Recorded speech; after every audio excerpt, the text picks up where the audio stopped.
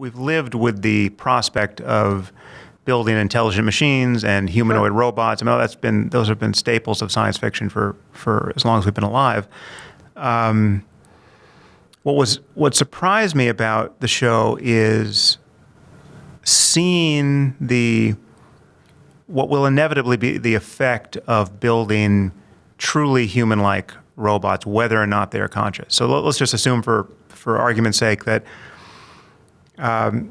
we get out of what's called the uncanny valley. I mean, for those who don't know it, the uncanny valley is this: when you're building robots that have human faces, you go from kind of just cute, cartoonish, toy-like looking things to something that's attempting to be humanoid. Yeah. But there's this valley of where it's not truly lifelike, and therefore is uncanny. I mean, there's like kind of a creepiness that persists until you get actually something that looks perfectly human, right? So we're obviously not there. We're still stuck in the uncanny valley.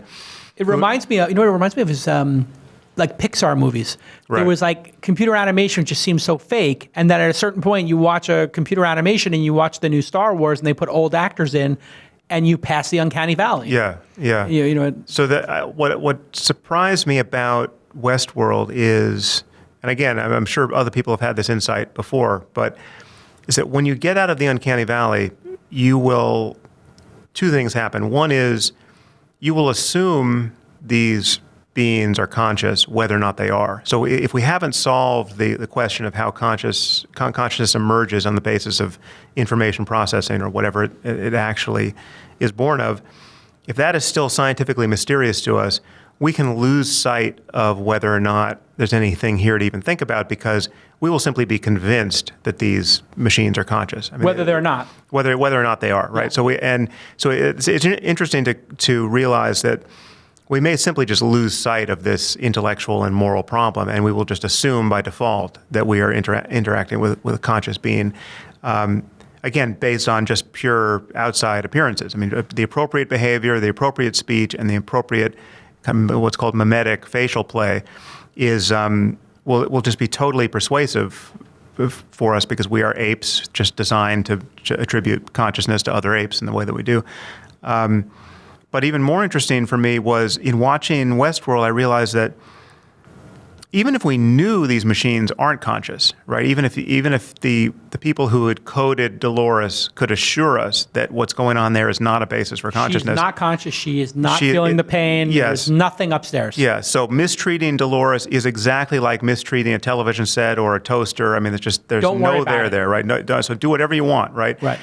The consequences of getting out of the uncanny valley will be that even if you knew that there's no suffering here, right? It is so the outward signs of consciousness are so compelling that you will feel, not only will you feel morally culpable for the harms you produce, it will actually begin to destroy your morality or your perception of other people's morality if you or others mistreat these robots the way that it's intended. So it seems to me that if you have robots who you basically kill, you murder in the way that you would in a first-person shooter game. Yeah. If these robots are out of the uncanny valley, you will feel more and more like you are actually murdering people, and that will be almost certainly a bad thing for you, for society, for your relationships with other people. And certainly, if you're raping Dolores, you will feel like a rapist, right? And people will view you as a rapist. Yes. And on some basically, on every relevant level, you will be a rapist, even if at the end of the day you can decide, well, there was nothing that it was like to be raped by me, because this is I just raped a toaster. Yeah, this is not an actual conscious being. Yeah, that part won't ultimately matter, I think. And so I think we won't be able to use these machines in the way that we think. So that I don't think Westworld is possible on some level, because it would be so obviously bad for us. Hey everybody, you know how much I love Wistia. You know how much I love having control of my videos and how they're presented, and the ability to grow our mailing list at This Week in Startups. So when you go to thisweekinstartups.com, you're going to see we use a product called Wistia, Wistia. TIA, Wistia.com. Go to Wistia.com/twist and you'll get a free account and you'll start hosting videos in minutes.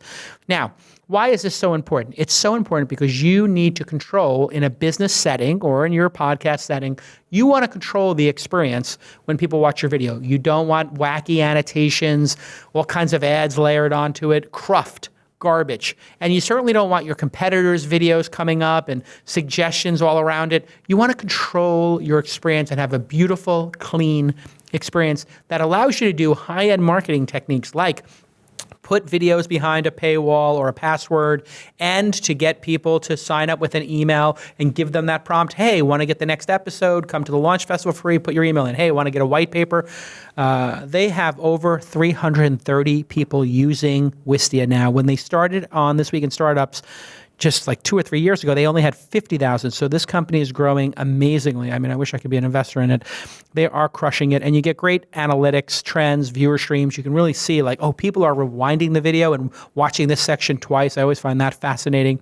And as I said, it's super easy to use. You have tons of support. And one of the things they do great, and listen, you can go look at this for free. On their blog, they explain how to use microphones, how to use cameras, how to edit, how to make great content. All because they know that if you're coming from a business situation, you may not have made video before, but your consumers are demanding video and they want video on a regular basis. Video is the best way to communicate. You're hearing my voice. You're seeing me on thisweekinstartups.com. You want to watch videos when you come look at a product, service, or any website. You look for the video first, and Wistia is going to help you make and serve those great videos. They integrate with all the major email and marketing automation tools. Clients include MailChimp, Moz, HubSpot, Zendesk, Herman Miller, Sam Adams, and of course, This Week in Startups and Launch. We love it. And get their guides to build using the right microphones and lighting and setup and all that kind of stuff. It's really great hacks. Wistia.com/twist. I love this product. Go use it. Okay, let's get back to the program.